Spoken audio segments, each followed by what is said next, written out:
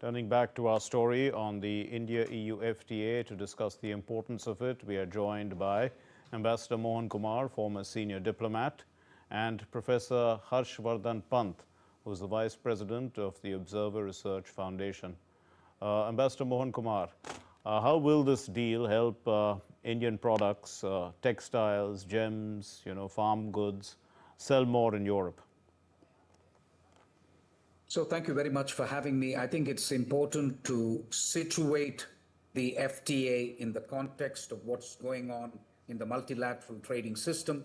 The WTO has collapsed and so has the MFN-based trade. There are just 6 countries or 6 entities with which India has a total trade of $100 billion and more. First US, then EU, then GCC, then ASEAN, then China. China is difficult to have an FTA for India. ASEAN, we already have an FTA. In GCC, we have already got a FTA and a comprehensive partnership with UAE.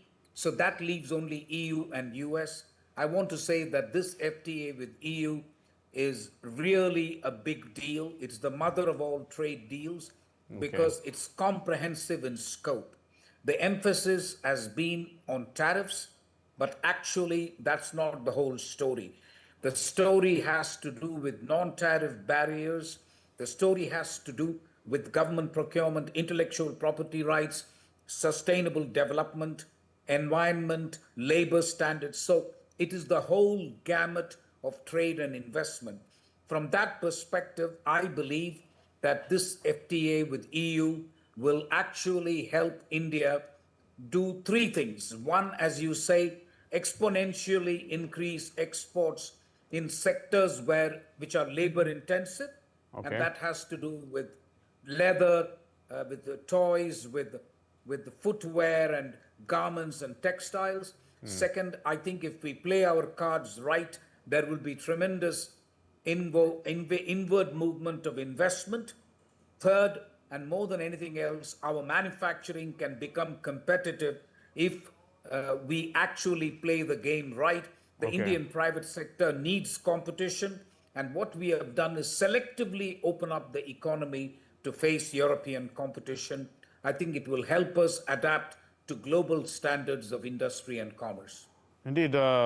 Professor Vardhan Pant, so it's going to increase competition. So how will workers from small businesses, farmers in India benefit from this agreement? And also, will big companies, get more benefit, some might think, than others? No, I think we are looking at restructuring of global supply chains at a time when we are looking at Mr. Trump upending the global economic order, and on the other hand, the lack of trust with China that is challenging the way countries have traditionally done business with each other. So I do think that this particular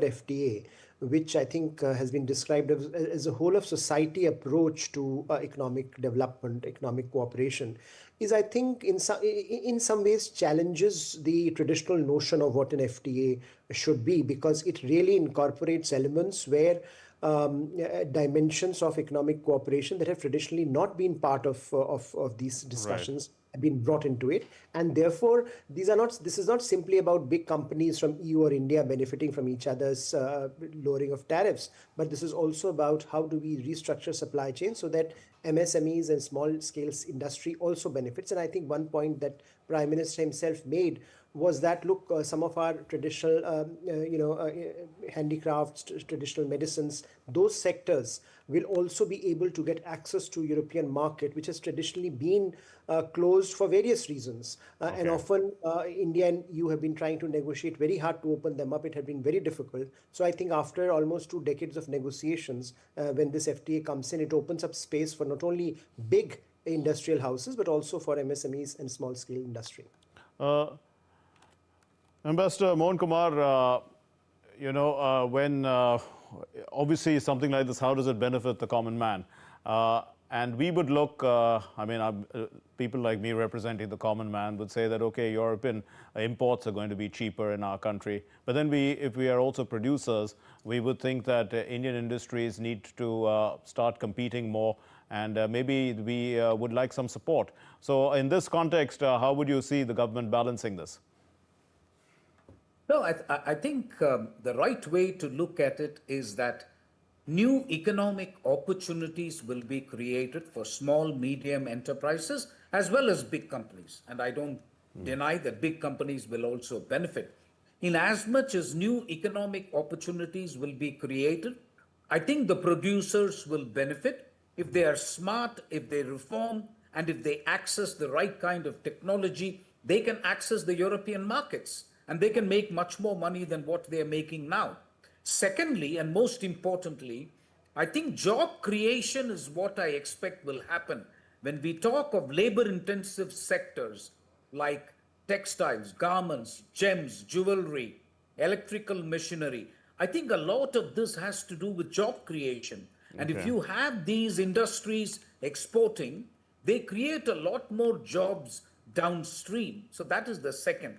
Last but not least, as I said earlier, FTAs, if accompanied by deep economic reforms in India, will attract investment.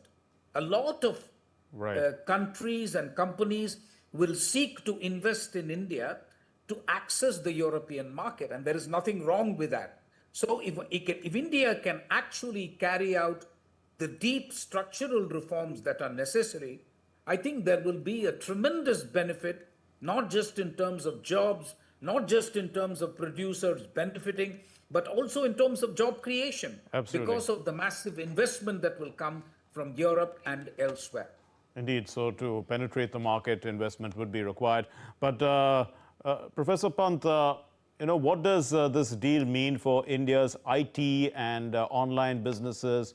Because we have a good digital presence, and our services are largely, in the software and also in digital spaces.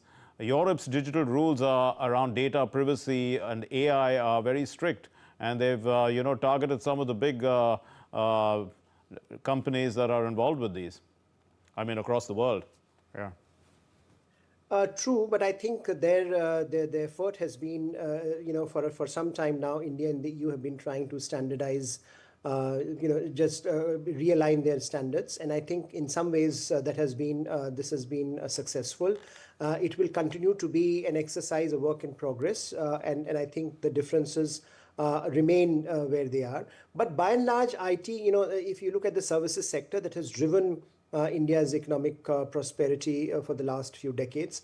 We are also looking at newer markets being created because European Union, if you look at the larger 27 country bloc as a bloc, if you look and if you see the kind of challenges that are being faced, for example, in the American sector, there is certainly a realignment that might happen as a result of this FTA, and one would expect that as comfort level grows between EU and India in the services sector, in the digital space, we are going to see greater engagement, greater convergence happen there, because ultimately that is where both sides have been investing a lot. If you think of the Trade and Technology Council that was created, it was largely aimed at looking at technological aspects of cooperation between the two entities. And I think to that extent, after TTC's announcement, we have had good movement on that front. So one hopes that with TTC in place and with now this FTA, we are looking at standard realignment much more forcefully and much more forthrightly than has happened before. A final question to you, Ambassador Mohan Kumar. Does this deal make India stronger in world trade, especially compared to China and other major economies, and also major economies and groupings within Asia?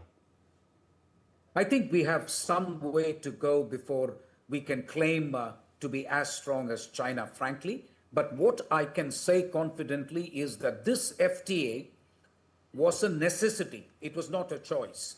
As the world becomes really, goes in a direction where trade is going to be reciprocal, strategic, and non-MFN based, I don't think India had a choice. We had to have the FTA with EU. I would say that we need the FTA with the United States. We need preferential trade with all these 5 or 6 partners with whom we have $100 billion plus. I think what it will do is set us on the path to become a 10 trillion economy, not just because of the EU, because that will benefit us enormously, but I think we need to get the trade with United States right. We need to have an agreement with GCC. We need diversification of markets so that we can reach the 10 trillion mark as early as possible. We leave it there. Thank you very much, Ambassador Mohan Kumar, former senior diplomat, and Professor Vardhan Pant, Vice President of Observer Research Foundation. Thank you for putting that into context for us. Our next story